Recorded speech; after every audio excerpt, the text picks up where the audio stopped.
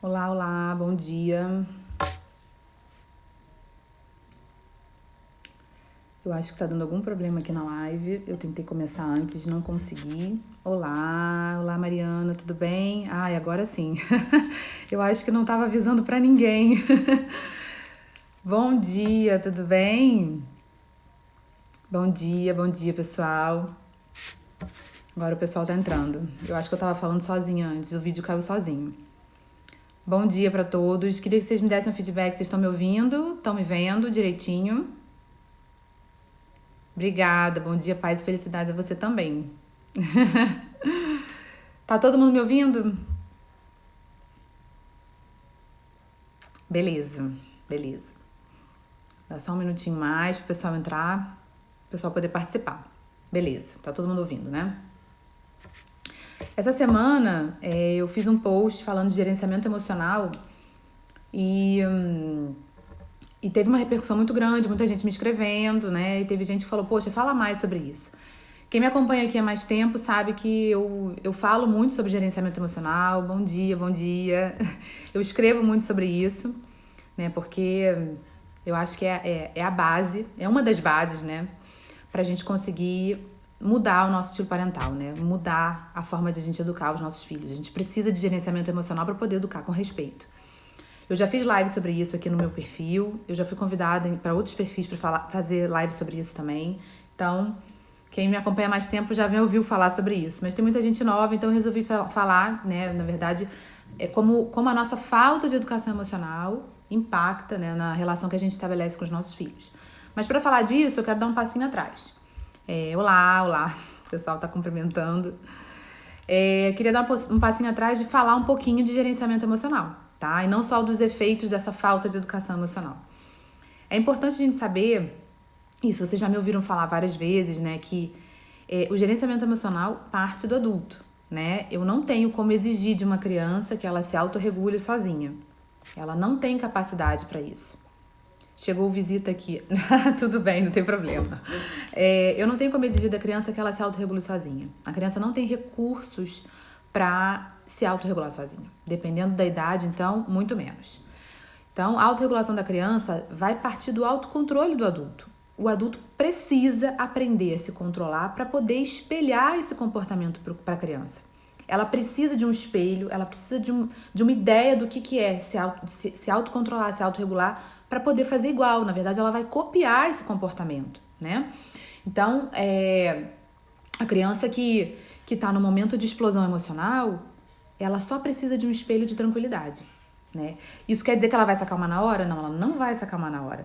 Porque ela tem o pico da emoção e ela precisa se manifestar para a criança poder se acalmar. Todos nós passamos por isso, né? Quando a gente está com muita raiva, a gente faz o quê? A gente deixa essa raiva passar, seria o ideal, né? Deixa a raiva passar para depois a gente se sentir bem, depois a gente fica leve. Porque aquele turbilhão emocional passou, porque a gente deixou sair. Se a gente reprime, já sabemos que a gente joga tudo isso pra sombra, né? E isso não quer dizer que estar na sombra não é desaparecer. Pelo contrário. A gente acumula emoções na sombra e tudo isso vai guiar a nossa vida depois, tá? Então, a gente tem muita dificuldade de lidar com o nosso emocional. Por quê?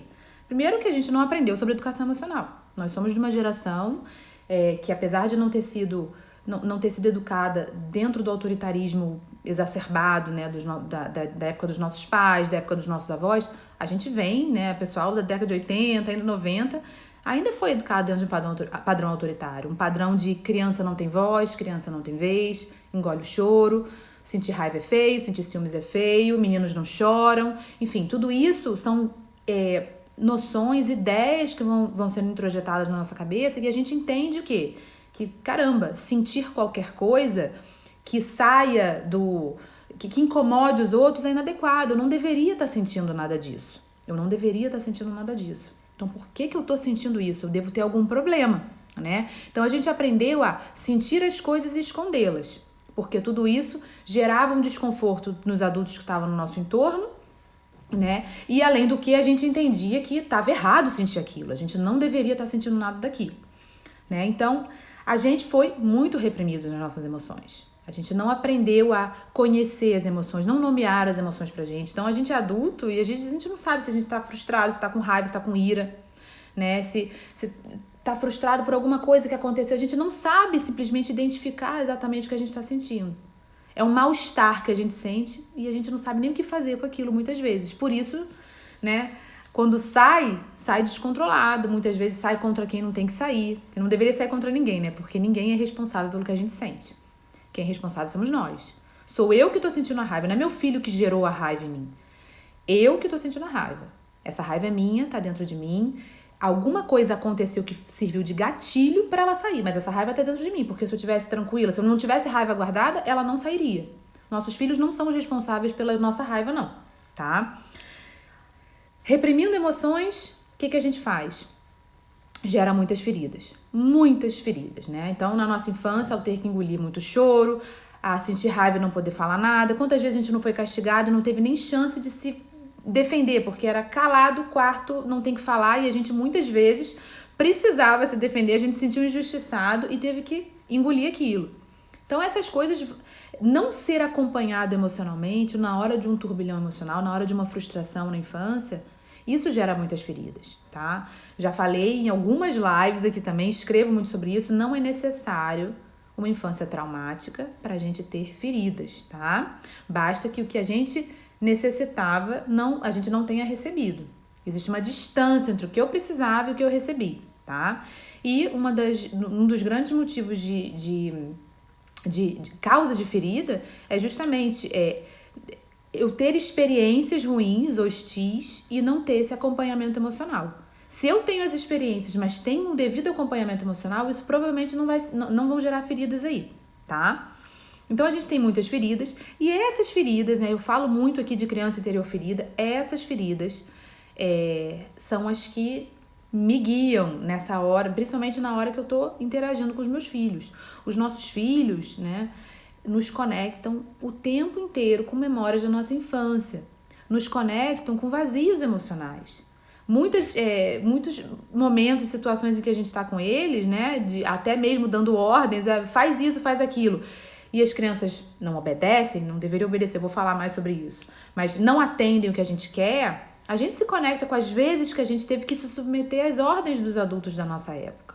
E que não teve chance nem de se manifestar, nem de dizer que a gente não queria, de não colocar o nosso ponto de vista, de não ter voz. Então, peraí, eu tive que me submeter, agora meu filho vai fazer o que ele quer? Não é bem assim. Isso é o que vem, porque esse foi um padrão aprendido, tá? A gente é ruim por causa disso? Não, a gente aprendeu isso. A gente vem dessa educação e o que o nosso cérebro aprendeu é isso. Criança não tem voz, não tem vez, tem que fazer o que a gente quer.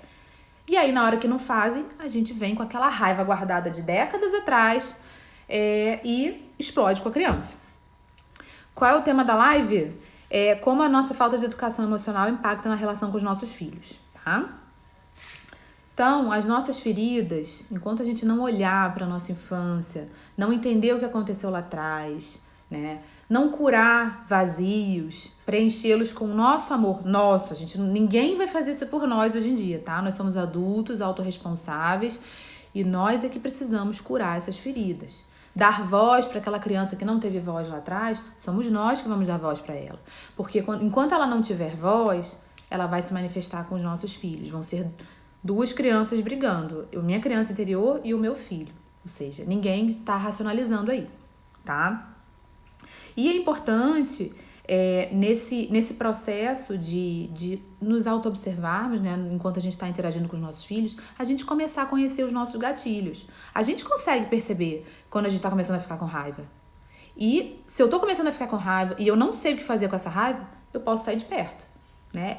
Essa é uma das formas de eu não explodir com a criança, porque se eu quero educar de maneira respeitosa, se eu explodo já era. Já perdi, né? Perdi o meu foco. Então eu saio de perto. E começar a identificar, peraí, por que eu tô com raiva? O que aconteceu para eu estar sentindo isso? Né? Raiva, frustração, tristeza, isso com todos os nossos sentimentos. É importante a gente olhar para os nossos sentimentos de maneira global e se observar o dia inteiro. Por que de repente eu me senti rejeitado quando fulano falou aquilo assim? Peraí, o que tem aqui dentro de mim, mexeu, que removeu aqui dentro para eu me sentir rejeitado? Isso é uma interpretação minha, eu tô supondo que estão me rejeitando. É porque eu me rejeito também. E eu tenho provavelmente informação sobre rejeição lá de trás. tá? E também a questão, a gente tem dificuldade de se gerenciar porque a gente tem essa questão do eu controlo pra não perder o meu controle. E isso não é gerenciamento emocional, tá? A gente aprendeu isso também. A gente aprendeu que quando o controle, ele vem ele se origina porque a gente tem um medo, né? A gente tem medo de que alguma coisa que a gente não quer que aconteça, acontecer.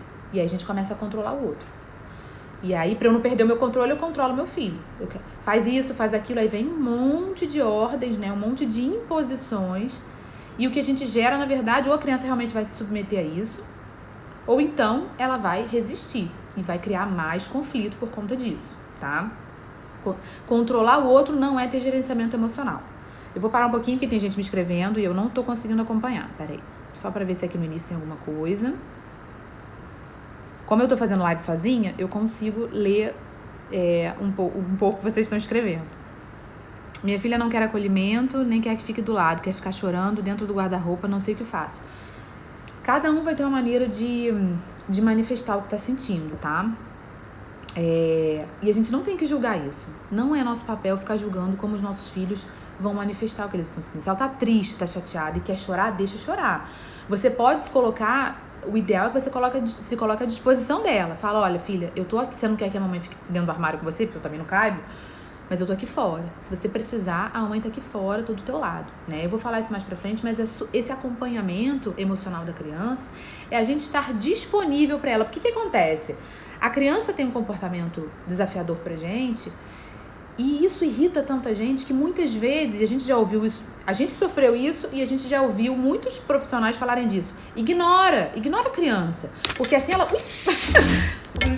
assim ela vai entender que desse jeito ela não vai conseguir o que ela quer. A gente ignorou a criança, beleza.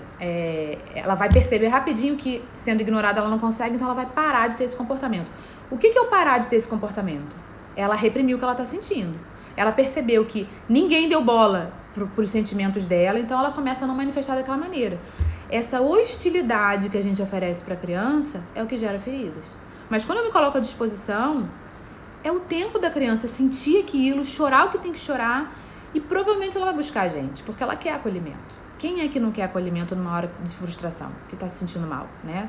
Nós adultos também queremos. Quem é que gosta de estar se sentindo mal, tá triste, frustrado e receber hostilidade de outra pessoa? Ah, deixa de bobeira, para com isso, você não tem que sentir nada disso, sofrer por causa disso. Ou seja, a gente é julgado no que a gente sente o tempo inteiro. E a gente se sente inadequado mesmo sendo adulto, porque quantos adultos não julgam o que a gente está sentindo?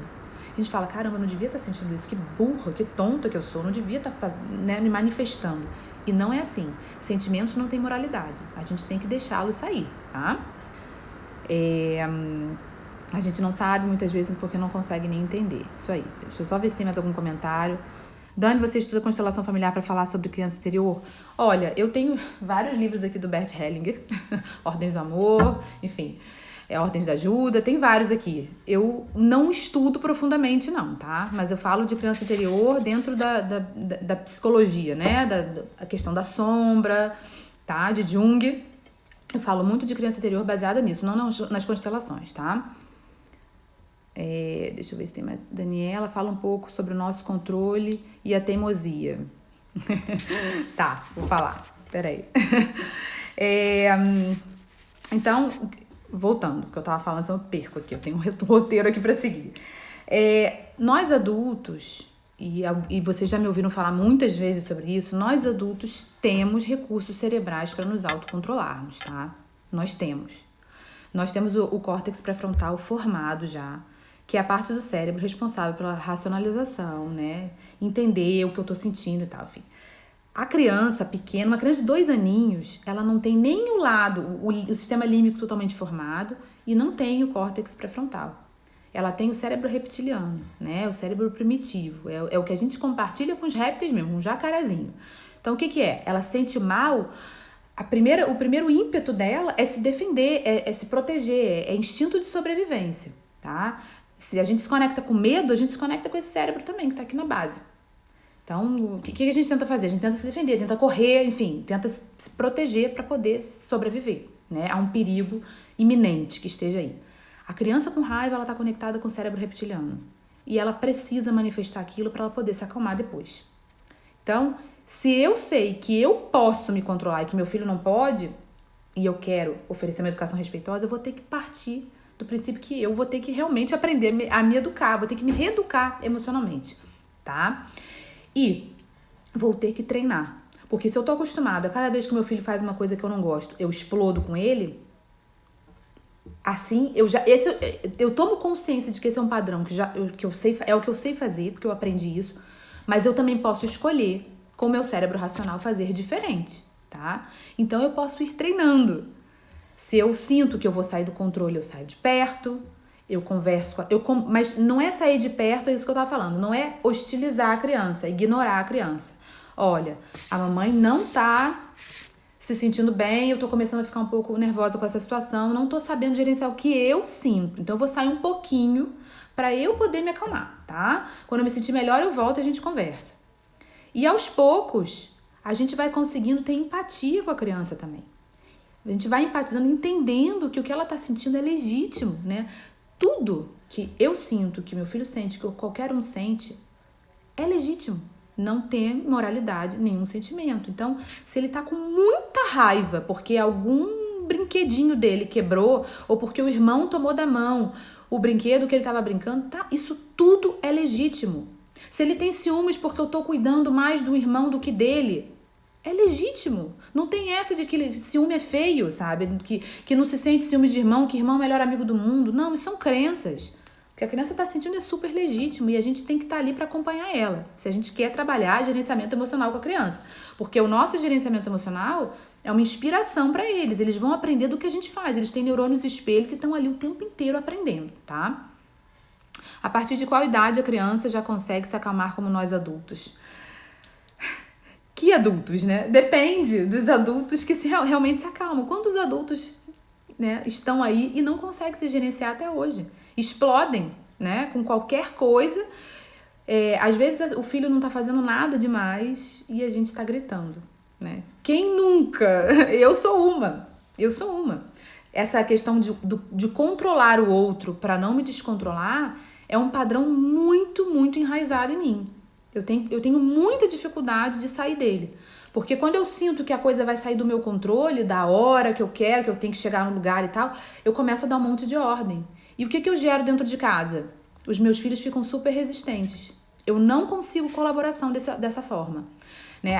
Eu falo muito aqui, a gente precisa se conectar com a criança para ela poder estar predisposta, né, com disposição de colaborar e cooperar com a gente. Se a gente está num lugar de superioridade e impondo um monte de coisa, sem entender a realidade dela, porque é super normal, né? E aí eu vou falar do que acontece no meu dia a dia, né? Eu sou mãe de 3, não sei se todo mundo sabe, eu sou mãe de 3 crianças, eu moro em Madrid, moro na Espanha, né? Não tenho rede de apoio, enfim, sou eu e meu marido, a gente se resolve aqui. E durante a tarde eu tô realmente sozinha com os meus filhos.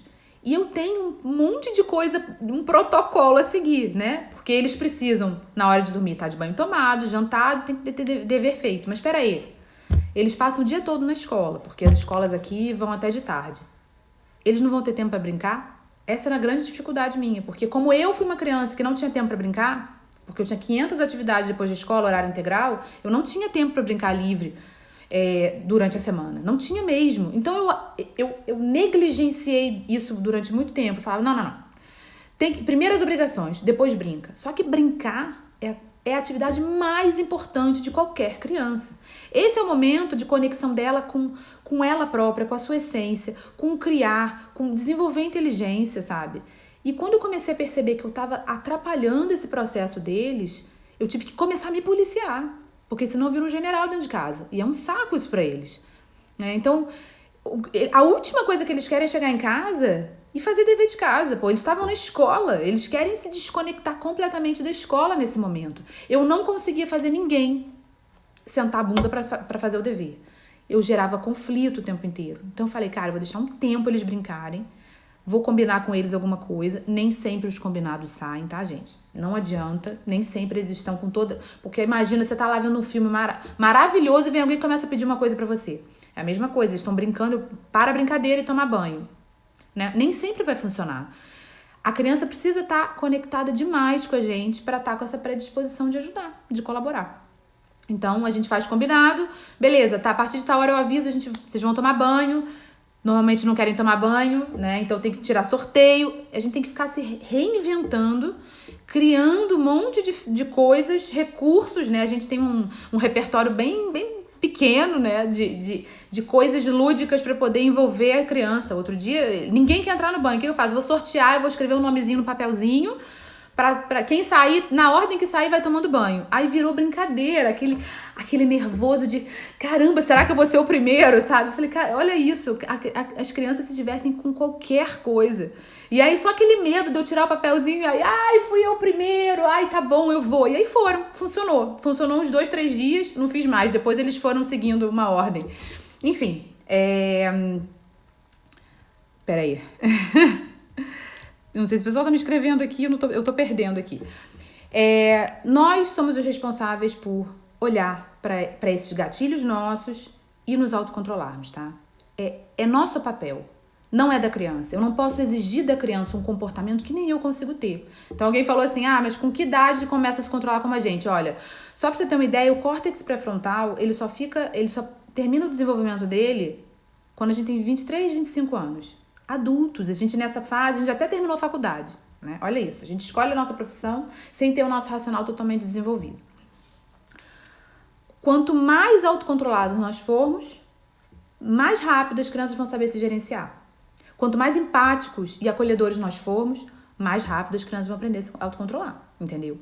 Então, eu que não tinha nenhum gerenciamento emocional com o meu primeiro, com a minha segunda filha, com um terceiro que eu já estava estudando sobre isso e comecei a ser empática com ele, porque normalmente a minha reação diante de uma frustração da criança, porque a gente minimiza o que a criança sente, né? Então, a criança perdeu um carrinho velho, aquilo é uma grande frustração para ela, e a gente minimiza, não sofre com isso não, deixa de bobeira, era só um carrinho velho. Não, cara, não era só um carrinho velho, era o carrinho da criança, né? Então, a gente tem que aprender a empatizar com isso. Peraí, eu entendo que você tá chateado, a mamãe entende, mas é que o carrinho perdeu, a gente não tem como buscar ele agora. E como é que a gente pode resolver isso? Vamos tentar buscar um carrinho que você goste como aquele? São coisas simples, mas que a criança se sente acolhida, ela não se sente inadequada por estar sentindo aquilo e por estar reagindo daquela forma, entendeu?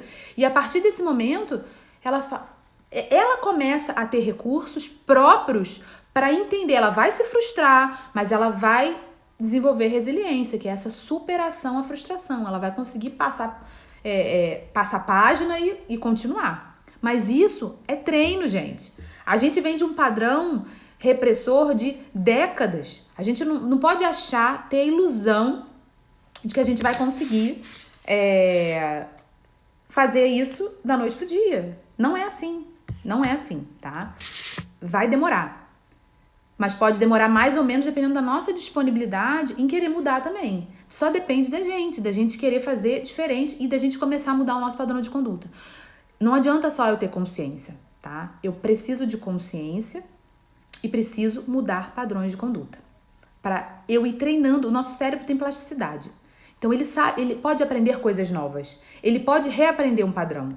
Se eu deixo de fazer uma coisa e começo a fazer outra, ao invés de toda vez que meu filho grita ou começa a dar um problema, eu grito junto, eu castigo, eu brigo, se eu começo todo dia, tô me sentindo meio mal, tô sentindo que eu vou sair do meu controle, eu saio de perto, me acalmo e volto para tentar, desde outro lugar, me conectar com meu filho.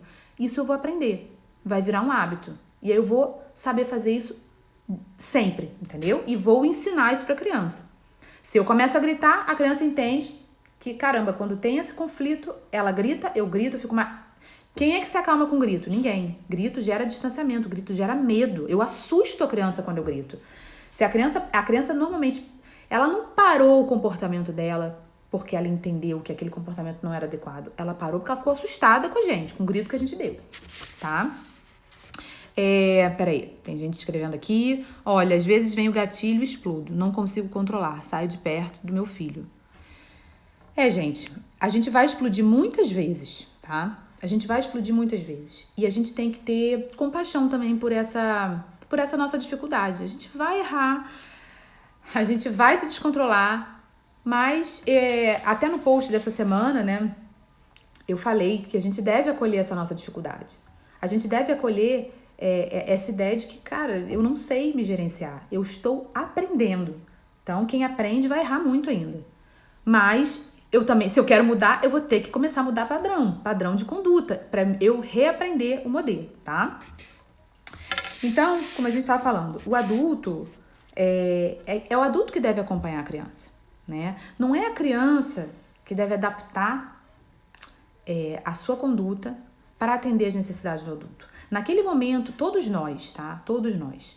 Se eu sou uma pessoa, se eu sou adulto ou se eu sou criança, quando a gente se sente mal, a gente normalmente se comporta mal, né?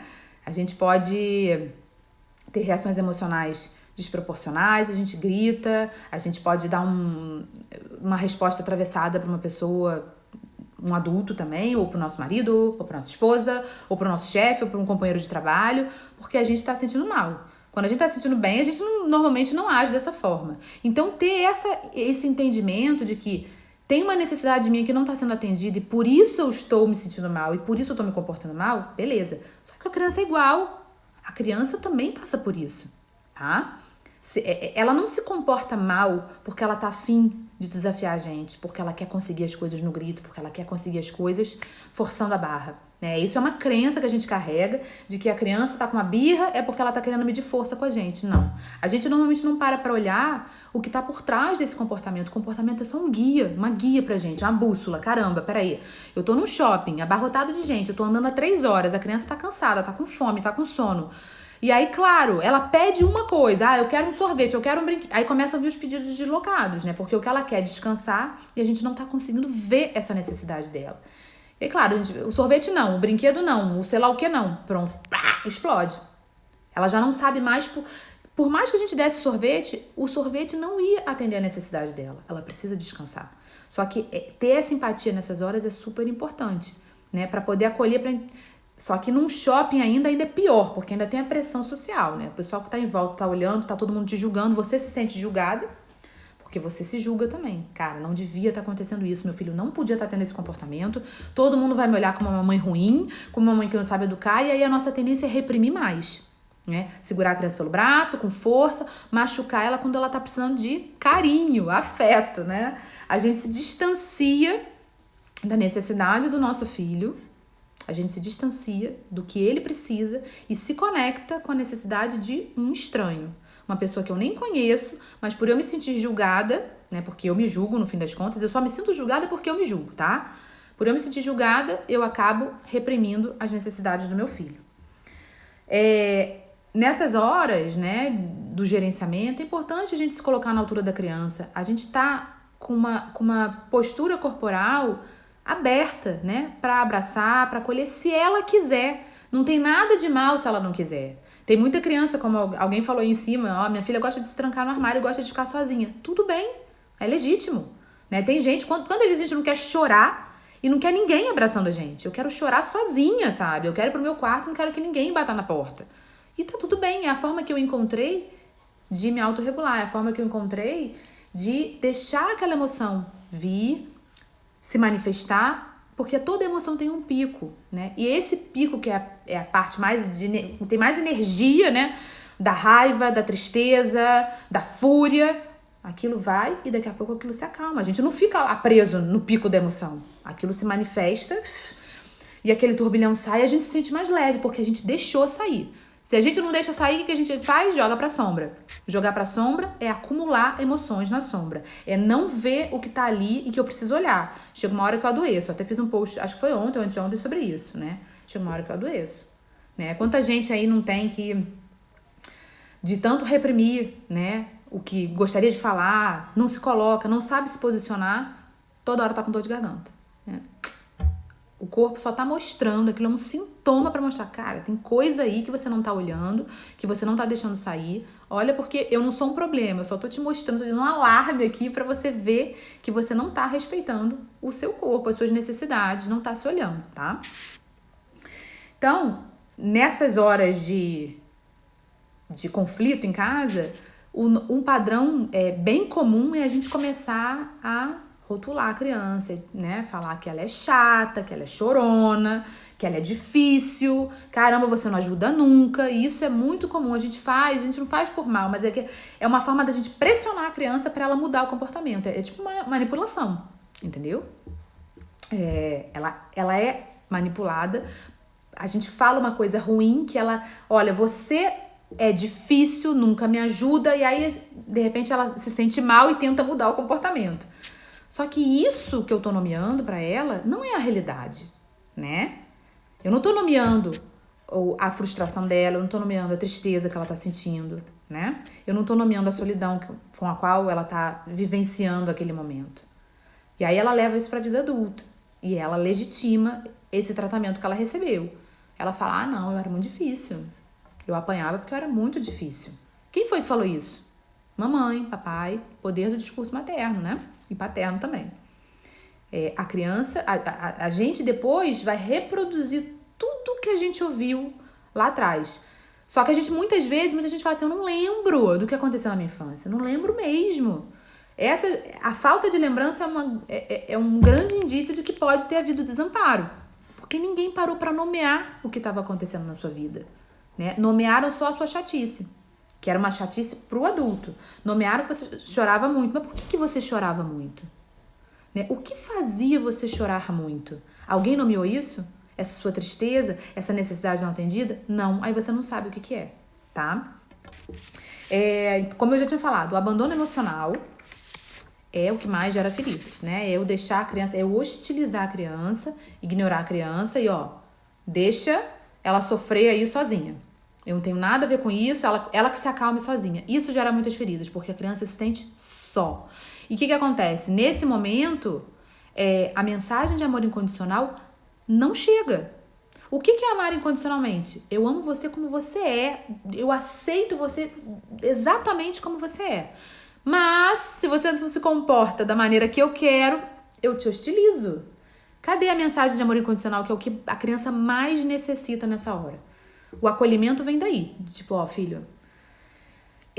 eu gosto de deixar sempre claro, empatia não tem a ver com concordar com o que tá acontecendo, com que a criança, como a criança tá agindo, tá? Empatia é eu tentar me colocar no lugar da criança. Não é simpatia. Eu não concordo, eu entendo. É como se eu fosse colocar o sapato do outro, né? Sapato é uma coisa que vai pegando na forma do nosso pé. Quando eu calço o sapato do outro, caramba, eu entendo por que ele tá se sentindo dessa forma, sabe? Como fazer para ela entender que eu quero acolher? Basta você se colocar à disposição, tá? Ela não tem que entender isso. Provavelmente a noção de acolhimento a criança não tem ainda, tá? Ela não, dependendo da idade, principalmente. Mas quando você fala, filha, eu entendo que você tá chateada, tá? Mamãe quer te ajudar. Se você quiser me ajuda, eu tô aqui fora te esperando, tá? Quando você se sentir preparada e se você quiser, tem que deixar a criança livre para fazer o que ela quiser nessa hora. A mamãe tá aqui fora te esperando. 4 anos, ela é muito pequenininha ainda, muito pequenininha, tá começando a desenvolver o sistema límbico, né, o hemisfério direito do cérebro, que é da parte responsável pela parte emocional, por entender as emoções, né, só que não tem o racional pra entender, né, racionalizar aquilo tudo. Ela grita, não deixa eu falar e fica chorando sozinha. Mas tem que ver aí qual é a necessidade que não está sendo atendida. Qual é o gatilho que faz ela se comportar dessa forma? O que está acontecendo para ela ficar, né, chorando, querendo entrar dentro do armário? Foge de você, sim? Tem que entender o que... Isso aí é só uma bússola para você, tá? Tem que entender o que vem antes. Ai, que desespero. A gente tem muita dificuldade de se conectar com a criança, porque a gente não sabe o que a gente sente também, tá? Então, se eu não sei quando eu tô sentindo alguma coisa, como é que eu vou saber a necessidade do meu filho? Por isso que tem que partir da gente.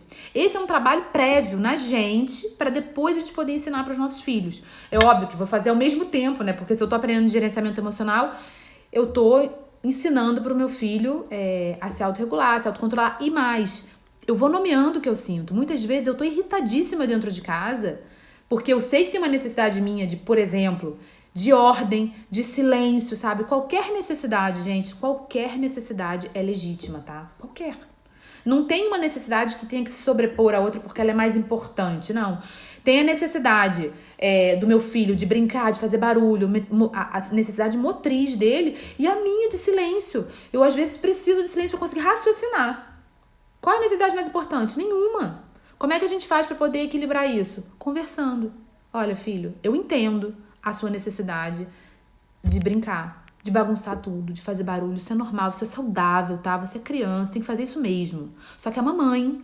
Aí eu jogo pra mim, porque é uma necessidade minha, não é ele que tá me descontrolando.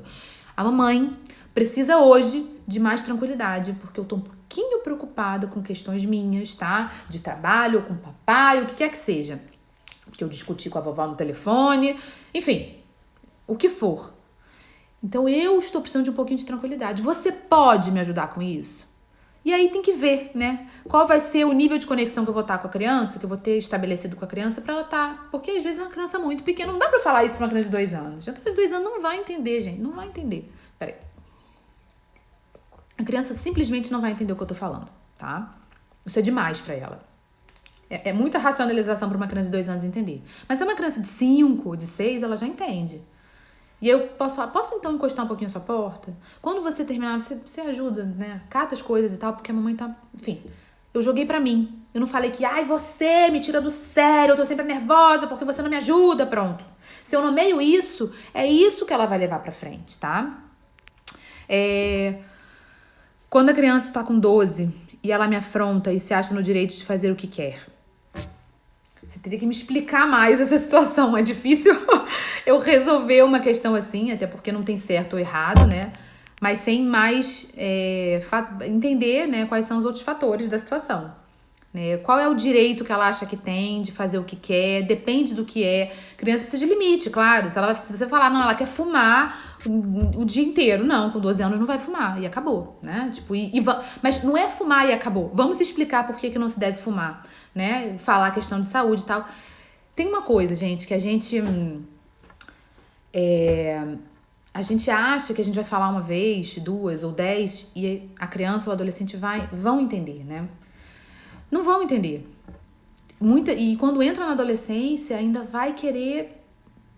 é um novo nascimento, é um renascimento da adolescência. Vai querer testar, vai querer provar, né?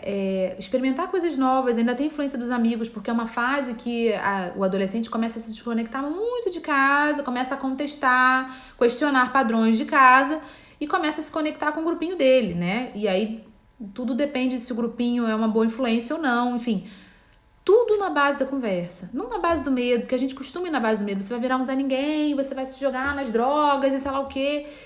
E isso normalmente não funciona, tá? A criança, o adolescente, se desconecta mais porque ele se sente incompreendido.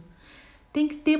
E se existir uma infância desse adolescente desconectado dos pais, com muito castigo, com muito grito, com muita briga, o normal é que nessa fase da adolescência... o adolescente não queira, você não seja inspiração para ele.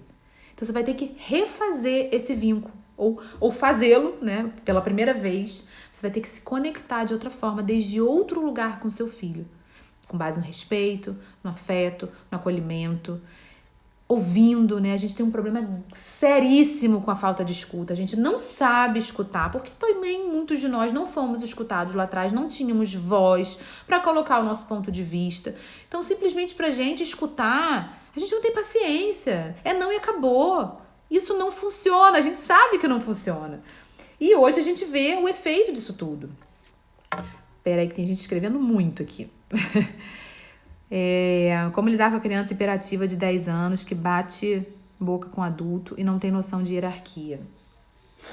Gente, eu não vou poder resolver todas as questões aqui se eu não falo a live, mas olha, questão de criança hiperativa e você já entra num diagnóstico e aí é melhor ver com um psicólogo, tá? Eu não sou psicóloga, pra muita gente que não sabe, o pessoal acha que eu sou psicóloga porque eu trato desses assuntos, mas mesmo um hiperativo, uma criança, né, com TDAH, enfim, com outros diagnósticos, não tem como você tratar a criança de maneira diferenciada. É sempre com base no respeito. E se ela tá batendo boca com outro adulto, que não seja você e tal, tira ela do lugar, mas tira de maneira... Não é arranca ela do lugar, né? Que a gente pega a criança pelo braço e sai daqui, você cala a sua boca que você não tem que falar nada disso. Não é por aí, tá? Não é por aí. É com respeito, é dando outras atividades para a criança, explicando que tem certas coisas que a gente não pode falar, mas é que a gente tem essa noção de que criança é inferior a gente. Isso é uma ideia muito equivocada. É uma crença que atrapalha demais a gente a respeitar as crianças. A gente acha que elas não são dignas de respeito como nós somos, né? Então a gente trata a criança de uma maneira inferiorizada, tá? Então essa questão de noção de hierarquia, né? Vamos entender que noção é essa de hierarquia que você traz, né? É uma relação vertical, eu mando, você obedece, é uma relação horizontal. Uma relação horizontal é entre iguais, mas isso não quer dizer que a criança seja igual a mim, né? Ela precisa de orientação, uma coisa que ela sozinha não pode se dar. Aliás, uma criança que é criada num padrão permissivo, gente, eu não sei que horas tem, tô sem relógio, meu computador apagou aqui, depois vocês me digam se tá chegando perto das 10 horas da manhã aí, porque senão vai cair aqui sozinho, eu não vou saber. A criança precisa de orientação. Uma criança que é educada no padrão permissivo, ela se sente completamente insegura, infeliz, não amada, desprotegida, tá? Então, é importante a gente ter essa consciência de que muita gente fala, não, a educação respeitosa é permissiva. Não é, tá? Ela é desrespeitosa tanto quanto o autoritarismo. E deixa muitas feridas também, porque a criança se sente abandonada, tá? Vamos seguir? Peraí, tem um monte de gente escrevendo, eu não sei se eu vou conseguir ler tudo.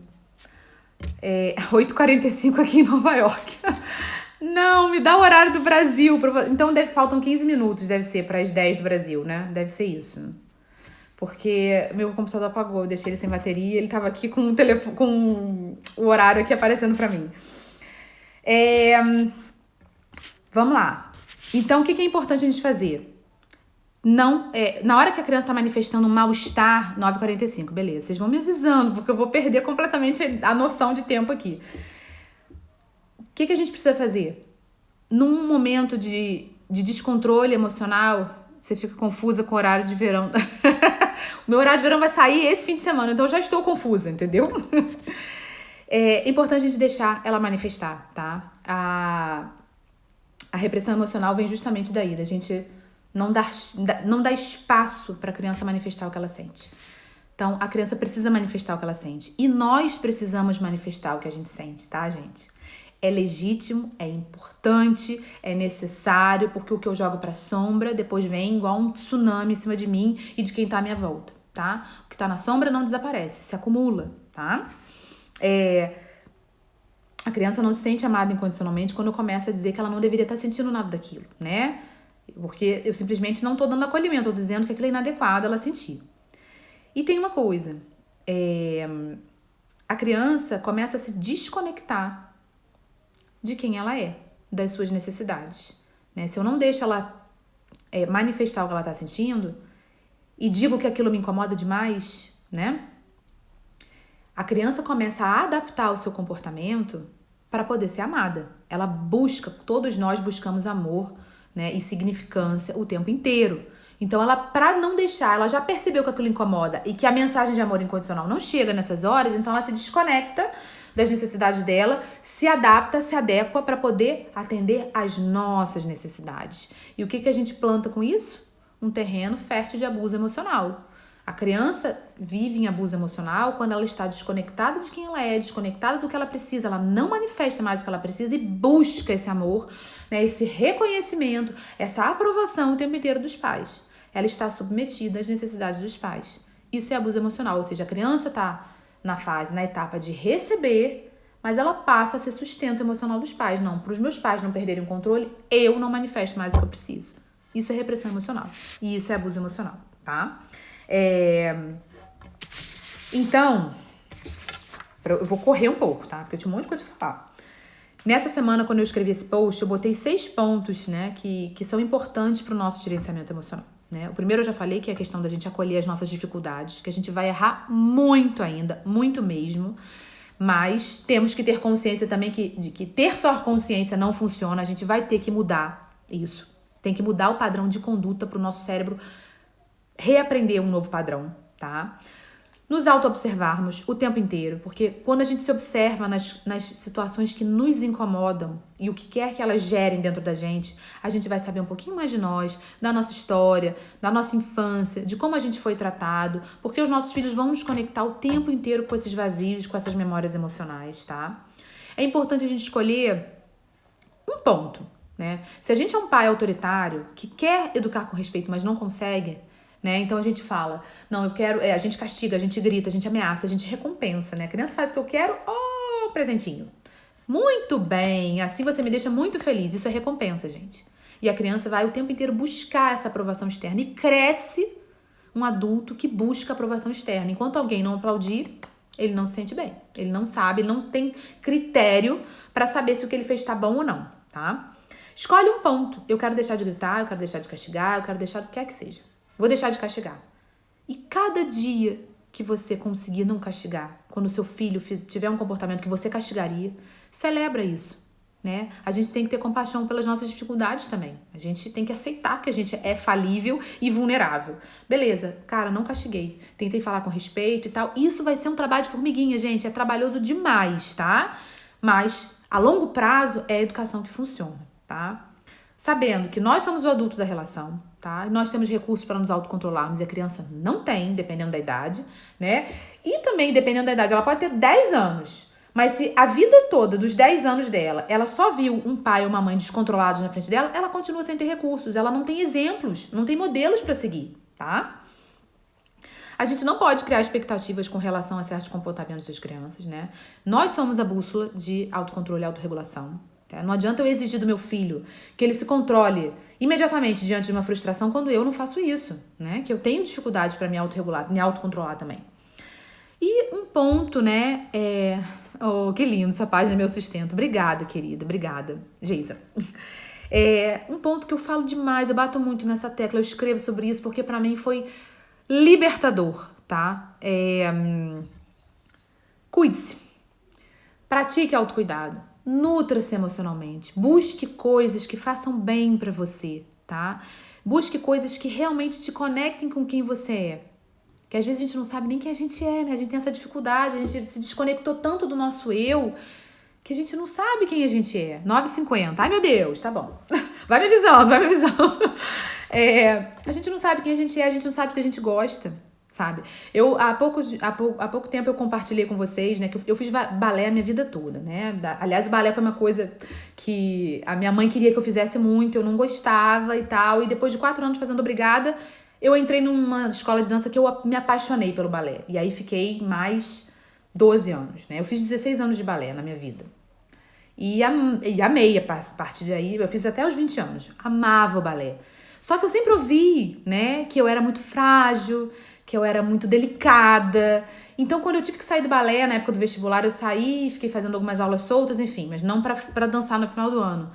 Eu fui malhar, fui fazer musculação com 17 anos, eu nunca tinha feito. Então, eu já fui com aquela crença de que eu sou delicada, não sirvo pra isso. E aí, fiquei com implicância com a musculação. Depois, me apaixonei pela musculação.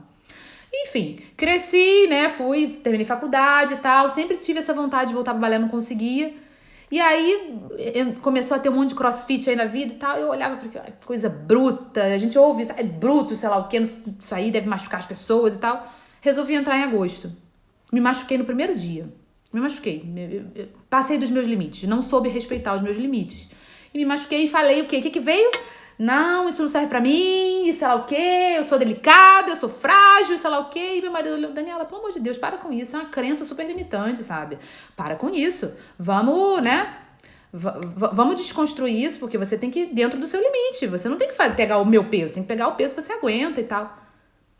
Continuei. Estou apaixonada pelo CrossFit, tem 2 meses e meio que tô fazendo, assim, foi libertador, né? Me libertar dessa pecha de frágil, de delicada, que não tem força, sabe? Então, é uma coisa que tá me nutrindo. Além de estar me cuidando, está me nutrindo emocionalmente. Além do que? Nutrição emocional, coisas que façam bem. Ler um livro, separar um tempo para ir no cinema, vai no museu, eu falo dos castelos, eu amo castelo. Vai nos castelos que você gosta, faça coisas que te nutram. Meditação, yoga, o que quer que seja. A gente tem que buscar recursos pra gente poder se nutrir da gente, pra poder estar disponível emocionalmente para os nossos filhos. Porque eles se nutrem da gente, tá? Agora é crossfiteira. Pois é, tô nisso. Mais ou menos, também não sou assim, não. Gente, então, só para finalizar, né, que o tema da live era o que a gente gera, né, qual é o impacto da nossa falta de educação emocional? Falta de educação emocional gera distanciamento emocional com os nossos filhos. Distanciamento emocional. Falta de intimidade emocional. Se o meu filho não confia em mim, se não sente que eu sou porto seguro para ele, né, para contar uma verdade dele, ele vai mentir. Esse distanciamento emocional fomenta a mentira, porque ele não quer me frustrar e ele também não quer se frustrar por me ver frustrado. Então ele mente, né? E aí, quando a gente tem distanciamento emocional, a gente impede a criança, a gente diminui muito a disponibilidade dele de colaborar, de cooperar com a gente, né? Quando a gente consegue ter conexão, isso é uma coisa que se constrói, não é um dia eu vou me conectar com meu filho, é todos os dias. Eu não sei se eu vou ter tempo, mas ontem, por exemplo, meu filho meu filho mais velho tem tido essa resistência para estudar e tal. E claro, foi chegando a hora dele, ele tinha que sair porque ele tinha médico, ia sair com o pai, eu falei, você estudou? Você parou para estudar? E aí ele explodiu, ele, não aguento, eu só tenho 8 anos, eu não tenho tempo de brincar, isso não quer. Ai, e aí eu falei, caramba, coitado, é verdade, sabe? Ele chegou da escola, teve que tomar banho, jantar e tem que estudar. Falei, filho, eu entendo demais, mas é que essa realidade da escola eu não vou poder mudar, eu não posso intervir aí, tá? Então, você pode fazer disso um momento de terror, né, que é sentar e estudar, ou pode ser maravilhoso. Você escrever no seu caderno, colocar várias cores, né, 9,55, ai meu Deus. Enfim, fazer resumos, desfrutar desse momento de estudo e organizar a sua mesa para fazer isso, que seja meia hora por dia, sabe? Então, assim, depende de como é mudança de mindset, depende de como você vai encarar essa situação. Eu entendo de você querer brincar, é legítimo e você tem mesmo que brincar, mas é que hoje tá corrido e você tem uma prova amanhã. E aí ele antes de sair de casa, ele me abraçou, me pediu desculpas por ter gritado comigo. E eu pedi desculpas pra ele também, porque eu tava uma chata de galocha atrás dele, falando, filho, você já fez isso, você já fez aquilo, já fez... Desculpa, mamãe tava nervosa e tal. E aí quando ele chegou, ele me abraçou de novo, me deu um beijo. E a gente teve, como os irmãos já estavam dormindo, a gente teve um tempo, eu, o pai e ele, de ficarmos sozinhos, né? Ali no quarto, 5 minutos. A gente beijando ele beijando a gente falando eu te amo, uma troca de eu te amo. E ele se acalmou. Aquela conexão foi super importante pra ele. Foi pro quarto, dormiu a noite toda. Quando eu acordei, ele já estava vestido. Já tomou café e já começou a estudar, não precisei falar nada. A conexão, o afeto, o respeito, a gente inspirar os nossos filhos através do afeto e do respeito é o que faz eles quererem colaborar, porque eles entendem, né, que, caramba, o papel deles, a conduta deles repercute no entorno, traz benefícios pra ele, traz benefícios pra gente, gera menos estresse. Então, ele faz porque ele se inspira, porque ele quer realmente ajudar, porque ele, caramba, eu vou colaborar, aqui é minha família, sabe? Eu quero ajudar. Precisa de conexão, gente. Sem conexão, a gente simplesmente se distancia dos nossos filhos, não tem vínculo e não tem inspiração para eles seguirem a gente, entendeu? Então, depende da gente. Educação emocional é necessária pra gente e pra gente poder passar. Isso é um legado que a gente vai deixar pros nossos filhos. Um legado, tá? Gente, eu não vou conseguir falar mais. Corri um pouco aqui agora no final, porque se deixar eu falo aqui 3 horas seguidas, porque a live vai cortar. Então, eu vou ver se eu consigo ler os comentários depois. Se eu não falei, eu costumo responder na hora da live, mas é que não deu. Se eu não respondi, porque às vezes a gente grava a live e a live desaparece depois dos comentários, você pode me mandar, me manda por inbox, por direct, que eu falo com vocês por lá, tá bom? Gente, muito obrigada pela participação de vocês, sabe? Pra mim é super gratificante ver vocês participando e me ouvindo. Enfim, eu espero que tenha sido transformador pra vocês e tenha sido de muito valor, tá? Um super beijo e bom dia pra vocês, que aqui agora é de tarde. Beijo. Tchau, tchau. Vou finalizar aqui.